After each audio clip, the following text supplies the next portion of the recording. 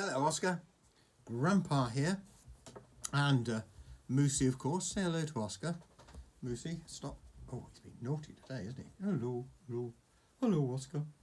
Yep, he's been pretty good. Have you been good, Oscar? Oscar? I don't know. Have you been good, Oscar?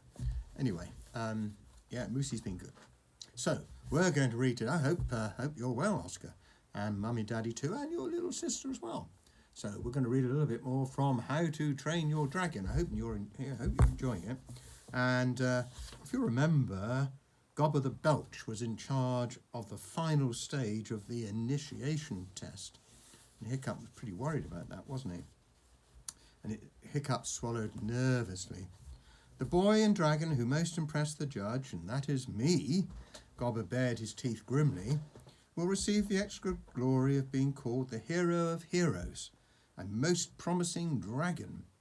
The boys and dragons who fail this test will say farewell to their families forever and leave the tribe to go where we do not care. Well, that sounds awful, doesn't it, Oscar? Gobber paused. Poetry, muttered Fishlegs, just loud enough for Gobber to hear. Gobber glared at him. Heroes or exiles, yelled Gobber the Belch. Heroes or exiles, yelled 18 boys fanatically back at him. Heroes or exiles, yelled the watching hooligan and meathead tribes. Please let me be a bit of a hero, just this once. Hiccup and Fishlegs each thought to themselves. Nothing too spectacular or anything, just to get through this test. So they're going to do it then, Oscar. Whoa, we'll have to find out. Stand to attention with your dragons on your right arms, yelled Gobber the Belch. Gobber walked down the row of boys for the inspection. Beautiful turnout, Gobber congratulated Thuggery the Meathead on his nightmare dragon. Killer, who spread out his shining wings to show off a wingspan of about 4 feet. That's about 120 centimetres. Gobber stopped abruptly when he got to Hiccup. And what in the name of Woden, demanded Gobber, blanching a little, is this? It's a toothless daydream, sir, muttered Hiccup. Small but vicious, added Fishlegs helpfully. Toothless daydream, blustered Gobber. That's the smallest common or garden I've ever seen. What do you think I am, an idiot? No, sir, Fishlegs murmured reassuringly. Just a little on the slow side. Gobber glowered dangerously. A toothless daydream, explained Hiccup, looks exactly like a common or garden, except for the characteristic wart on the end of its nose. Silence, said Gobber, in a very loud whisper, or I shall throw you all the way to the mainland. Wow, I hope, he continued, that this dragon hunts better than it looks. You and your fishy friend here are the worst candidates for initiation I've ever had the displeasure of teaching. But you are the future of this tribe, Hiccup, and if you shame us in front of the meatheads, I personally will never forgive you. Do you understand? Hiccup nodded. Each boy then stepped forward to bow and hold up his dragon for the spectators to applaud. There was huge clapping for Snot-Faced Snotlight and his dragon Fireworm, only rivalled by the mighty cheering for Thuggery the Meathead and his dragon Killer. I give you last but not least, Gobber the Belch was trying to put a bit of enthusiasm into his yelling, the fearsome, the terrible, the only son of Stoik the Vask, Hiccup the Useful, and his dragon Toothful. No, he's not, is he, Oscar? He's not Hiccup the Useful, and his dragon isn't Toothful, is it? He's toothless. Hiccup stepped forward and held up Toothless as high as he could to make him look a bit bigger. There was a slightly appalled silence. People had seen dragons this small before, of course, normally scampering about after field mice in the wild, but not as noble hunting dragons competing in initiation. Sizes and everything, boomed Stoik so loud that you could have heard him several beaches away, and he banged his great hands together to start the applause. Everyone was terrified of Stoik's famous temper, so they joined in with polite, wild cheering. Toothless was still in a mood, but he was delighted to be the centre of attention, and he puffed out his chest and bowed solemnly to left and right. A few of the meatheads sniggered. I've changed my mind, thought Hiccup, closing his eyes. This is the worst moment of my life so far. Oh, Oscar, poor Hiccup. Okay, Toothless, he whispered into the little dragon's ear. This is our big chance. Catch lots of fish here and I will tell you more jokes than you have ever heard in your life, which will make that big red fireworm dragon really cross. Toothless took a sideways glance at Fireworm. She was sharpening her nails on Snotlight's helmet with the smug certainty of a dragon who knows she's about to win the prize for most promising dragon. Plop, plop. The test began. Toothless didn't do badly in the early obedience exercises, though he clearly thought it was extremely dull. It was now raining quite hard, and Toothless hated the rain. He wanted to go home and relax in front of a nice warm fire. I don't blame him, do you, Oscar? Fireworm and Killer were going and fetching as soon as Snotlout and Thuggery commanded, and they were diving and breathing out fire as they did so, just to show off. Fireworm did some fancy acrobatic somersaults that had the crowd screaming and stamping their feet. Start your hunting, yelled Gobber the Belch. Every dragon except Toothless flew out to sea. Toothless flapped back to Hiccup's shoulder. Toothless got tummy ache, he complained. Hiccup tried not to see his father looking surprised on the sidelines. There's Stoik the elder, look. Hiccup's dad, looking a bit cross on the sidelines there. He tried not to notice the crowd whispering to each other. That's Stoik's son over there. No, not the tall one with the skeleton tattoos who looks like a pig. The small, skinny one who can't even control his minuscule dragon. Don't forget, Toothless, said Hiccup through gritted teeth. The fish. I'm going to tell you all the jokes I've ever heard. Remember? Tell me now, said Toothless. Help came from an unexpected quarter. Snotlight broke off from yelling, "Kill, Fireworm, kill," to lean over and sneer at Hiccup. What are you doing, Hiccup? You're not talking to that newt with wings, are you? Talking to dragons is against the rules and forbidden by order of Stork the Vast, your soppy father. Newt with wings? Repeated Toothless. Newt with wings?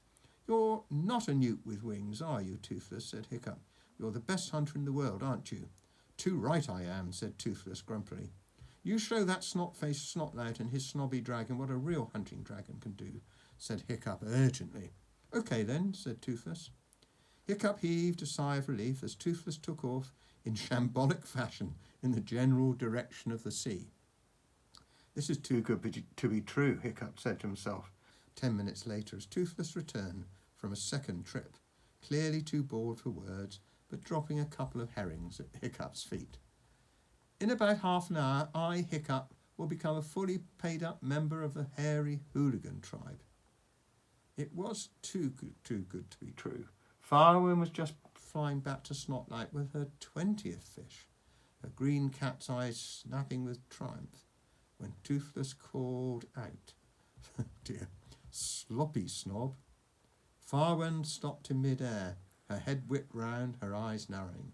What did you say? Hissed Fireworm. Oh no, said Hiccup. No, Toothless, no, don't do it. Sloppy snob, jeered Toothless. Is that the best you can do? It's pathetic, hopeless, useless.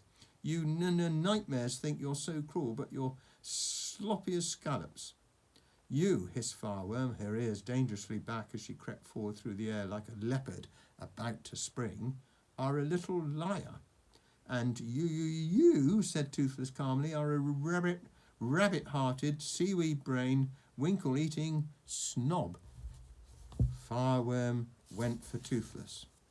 Toothless streaked off as quick as lightning, and Fireworm's massive jaws snapped together with a sickening crunch on nothing but thin air.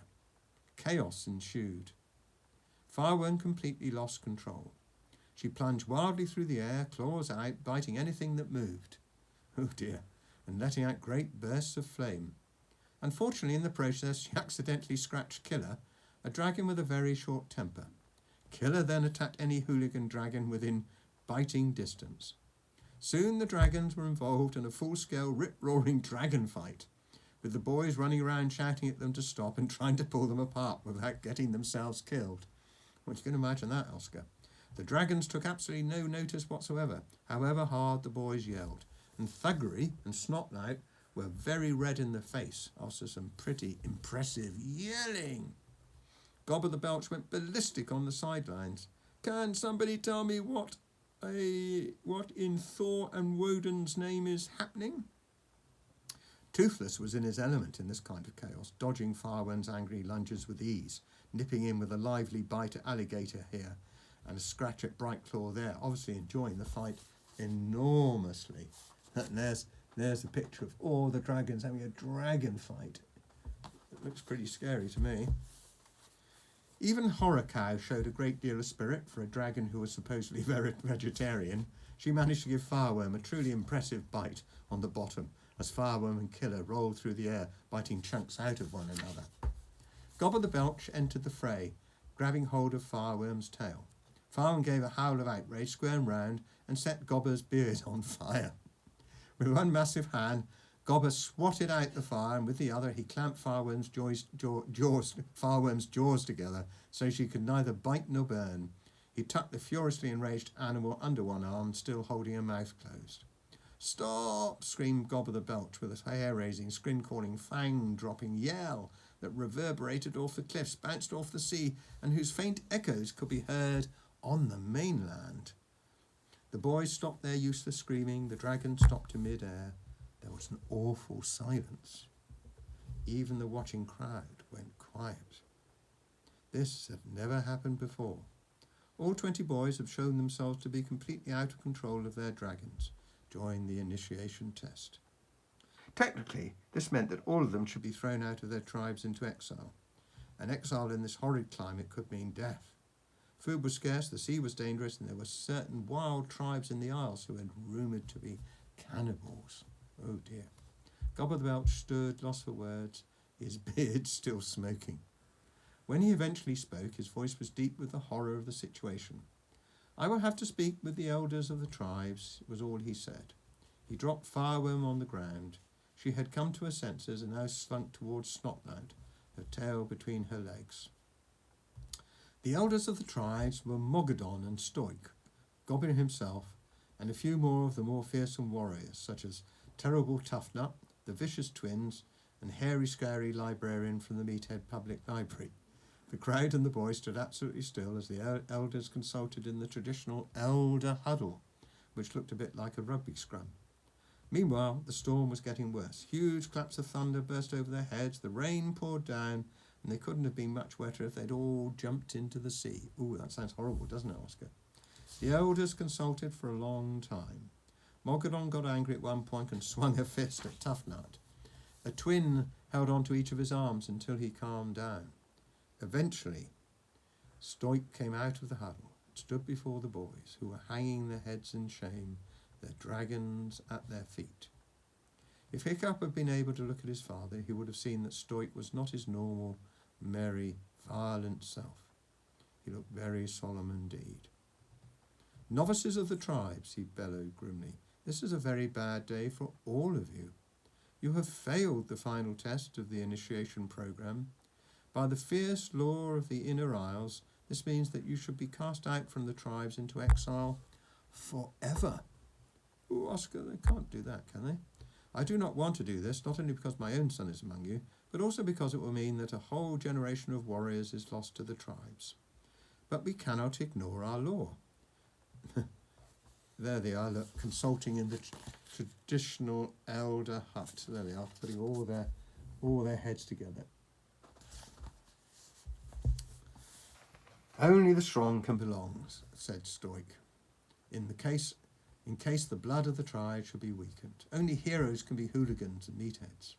Stoik jabbed a fat finger at the heavens. "Furthermore," he carried on, "the god Thor is really very angry. This is not the moment to weaken our laws."